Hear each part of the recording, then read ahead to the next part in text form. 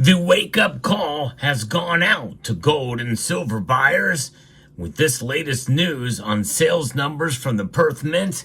A new trend may be emerging that is extremely important now for two reasons, and I'll explain what they are in this video as we explore.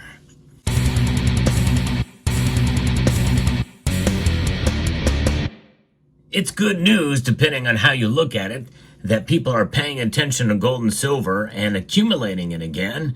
This is something we've not seen in a while. Sales have been stagnant. But now the Perth Mint is reporting some new numbers for November that I think is a game changer, especially for two reasons that are essentially have been working against gold and silver purchasers for quite a while. Let's get into the news from Reuters on this. Gold and silver sales have nearly doubled in November compared to with the previous month in October, according to what the refiner had just put out just today. And you know, I tell you, if you're in the mood to be buying gold and silver, well, I can't think of a better place to go than Summit Metals, not just because they're the sponsor of this channel, but because they have been proven themselves as being the low price leader, especially with gold eagles, and great service as well. But they have a very good variety of products, namely in bullion with gold and silver. So I hope you will check them out at summitmetals.com. And they're my friends over there, and they have great prices and great service. So the Perth Mint, owned by the government of Western Australia, is the world's leading producer of newly mined gold. It also is the largest refiner by volume in Australasia. In other words, the continent of Australia and Asia, according to its website. Each year, it processes nearly 75% of Australia's newly mined gold, making it a significant player in one of the world's top gold-producing countries.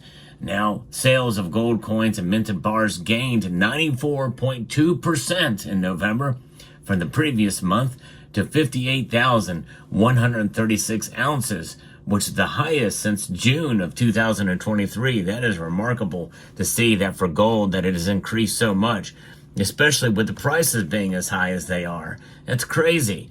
You know, gold high, and yet the people are starting to buy again, even though it's getting close to all-time highs again. That's something that I actually would have expected before, but I was had been shocked that people had not been buying. Typically what happens is people buy high and sell low. At least that's what I have been noticing, but that's not been the case now. People are selling high and not buying when it's low, and they're not buying when it's high, but now they're buying when it's high again for gold. So that is something crazy. Now silver products rose even more. That's right, silver rose. Their sales have rose 95.5% month over month, or 1,055,657 ounces, making it the highest level for sales of silver products since October of 2023. That is over a year ago when they made that level. So the nice products that the Perth Mint produces here are very nice. Wait a second. This isn't a Perth Mint product. No, it's not. Hey, well, you know, I don't know how that got in there. Let's take that out.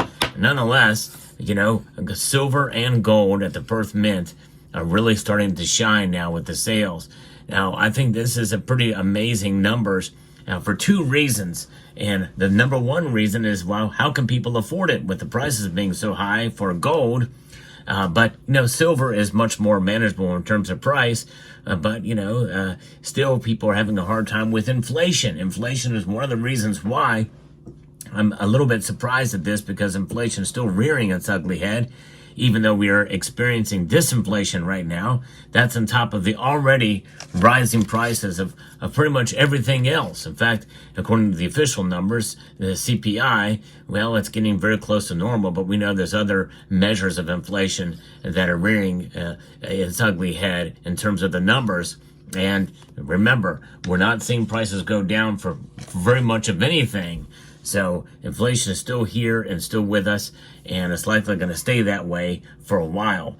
And, you know, depending on what the Fed does, and more likely we're going to be sticking with this throughout the beginning part of 2025. I would actually be shocked, no matter what happens here in the U.S., if we see prices come down for anything. But these numbers and this situation with silver and gold sales, well, it's been pretty remarkable to see this kind of recovery here in November. And I'd be very interested to see what December sales will show when we get those next month. The release of the 2025 Australian Kangaroo Bullion Series in gold, silver, and platinum helped boost sales, according to Neil Vance, Perth Mint's general manager of Mint Products. We also saw considerable demand for 1-ounce gold bars through November. So that is another thing adding to it, which happens typically around this time of year. But notwithstanding, prices high, inflation there, beating the odds with the new releases for collectors to get the 25 minted products. But still, that's a big number. And we look back through it, we've not seen these numbers since October 2023. And so that's pretty amazing. Now, spot gold prices had dropped more than 3% last month due to a post-election sell-off driven by Donald Trump's U.S. election. Prices marked their biggest monthly decline in more than a year. But remember, that's already above the prices that led up through October and the beginning of November when they started to pull back. It's not by that much, and we've seen some bounce back from that point on as well. And silver prices, they slumped 6% in November, so it's kind of a better deal. But again, remember that one factor here, inflation and everything else, and still there's been very strong buying. For sure. So in a sense, this is a big news. Now, the other reason why this is big news is because of Bitcoin. Bitcoin's prices today have topped $100,000 a Bitcoin. Now, the prices have been rising all through November since Donald Trump won election, but even beforehand, Bitcoin prices were high and there was a lot of activity there. So in spite of Bitcoin's, the attractiveness of it, gold and silver sales are up. And I think that's a big deal, in spite of the normal routine thing that has occurred with the release of new products. Really, that the fact that we're seeing, these sales continue to climb and stay high, even though these two factors are playing a role: inflation and high Bitcoin prices, and the attractiveness of the crypto market. And you look back throughout the history of these prices, well, they're still low in relation to what they had been in prior months when gold and silver prices were lower. In fact, if you look back in April of 2022, there was 2.1 million ounces of silver sold, and almost 81,000 ounces of gold. In May, it was almost 99,000 ounces of gold and 2.2 million ounces of silver in May of 2022. So that gives you a little bit of perspective there, but I think it's fascinating to see this kind of turnaround, especially when you look back in 2019, these numbers were dramatically lower. I mean, we're talking about 10,790 ounces of gold in May and 680,000 ounces of silver back in May 2019. It puts it into perspective. In other words, gold and silver are not dead by any stretch. People are buying again. And I think that's a healthy thing for the economy and for those of us who like to hedge against the economic situation we find ourselves in, hedge against a falling dollar, and have attractive gold and silver products to boot. It's a win-win situation for us while everything else falls around us. So I think that's pretty exciting. Now, I'm a big fan of Perth Mint products, and you can never second guess their quality. Amazing stuff for sure.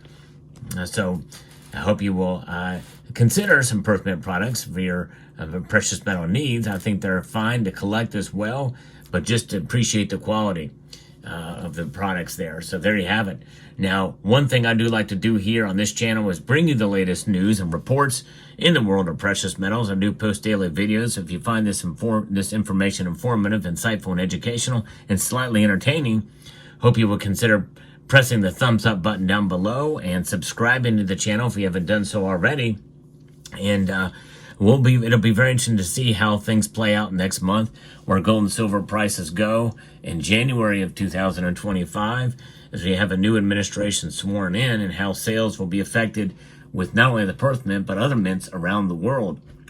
And for all the bullion needs that are out there for the world, I think this from the Perth Mint could set a precedent of what could be happening with other mints. Now we know that other mints around the world don't have the release schedule and the different types of products that the Perth Mint does for its better bullion. It's not quite the same for the Royal Mint, for the Royal Canadian Mint as well. Usually what they have is collectible silver. They don't really have anything that's a better bullion, or what is known as semi-numismatic for some of those mints. The Perth Mint is pretty much it in that regard. You do see some series, like I would say that probably the Royal Mint has a couple of series, like the Queen's Beast, the Tudor Beast, and others that fall in that category. But that's not quite to the level, I don't think, as Perth Mint. And the Canadian Mint as well too will once in a while have a couple of series, but they basically are bullion grade products. They don't have the finishes that you see here with the reverse proof and in the capsules that you have from the Perth Mint. So, but nonetheless, I do think Perth Mint pretty much kind of sets the standard there, and not only in terms of that, but in terms of sales as well. And let me know what your thoughts are in the comment section down below. I'd like to extend a multitude of gratitude to you all for taking the time to watch, and encourage you to please rate, share, comment, and subscribe.